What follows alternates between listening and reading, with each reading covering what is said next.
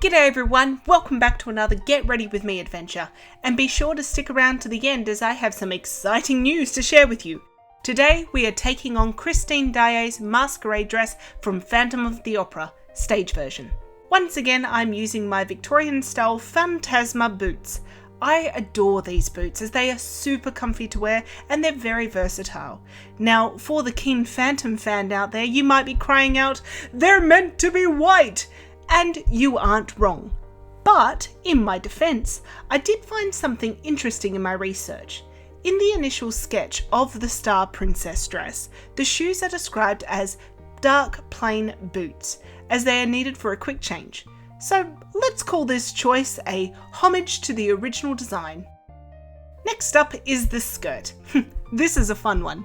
I sewed the petticoat into the skirt itself, so the skirt has a total of 7 layers to it. 1 layer of lining, 4 layers of petticoat made out of organza, then a layer of pink chiffon, and finally a layer of sparkle dot tulle in silver. The whole idea of the skirt was to feel light and airy whilst holding its shape. It is secured with an elastic waistband, and we cannot forget about the decorations, which consisted of sequined stars on satin ribbon decorated with beading. All in all, this skirt is made for twirling around in. Now for the hair. Christine is known for her beautiful singing voice and her long dark brown curly locks. However, I have limp, flat, dirty blonde hair, so a wig is required. Firstly, the wig cap.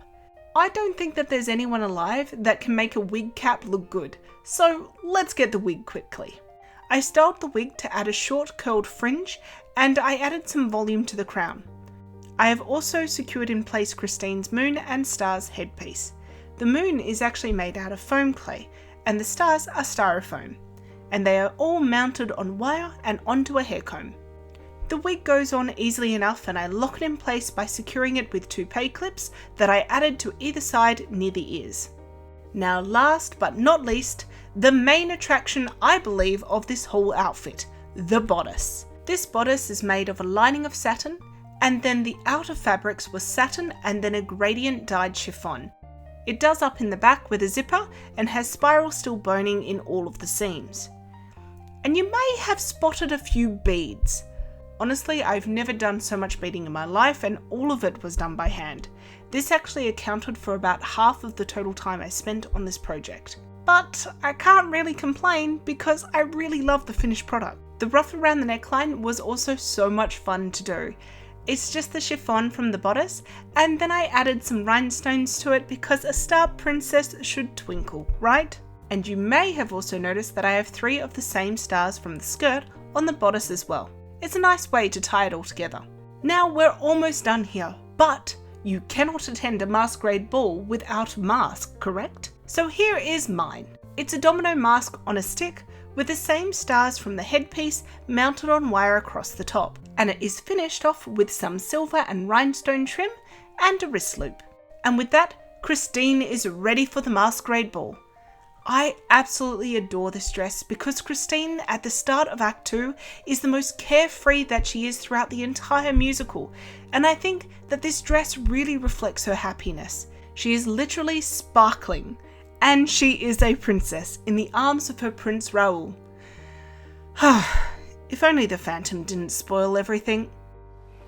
G'day everyone, I hope that you enjoyed that Getting Ready With Me Christine Daae edition.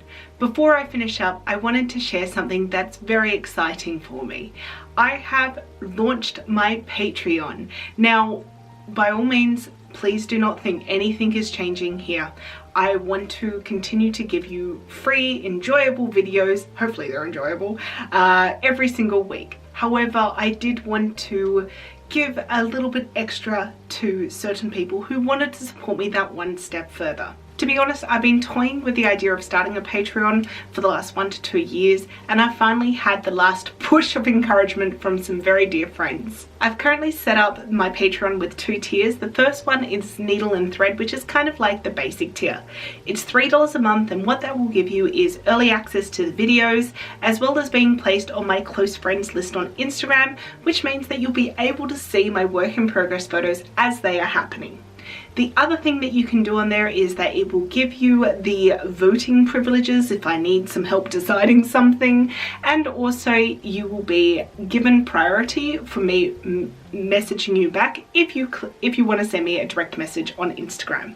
The second tier is the sewing machine tier, and what that is that's $10 a month, and what that will give you is all of the privileges of the needle and thread tier, but also in one video every month I will make sure that you are celebrated with me displaying your name on screen, as well as I will also send you out a birthday card and a Christmas card in the post, because who doesn't like receiving post which isn't bills? Anyway guys, as always, thank you so much for watching. Please do not think that I'm pressuring you to support me on Patreon.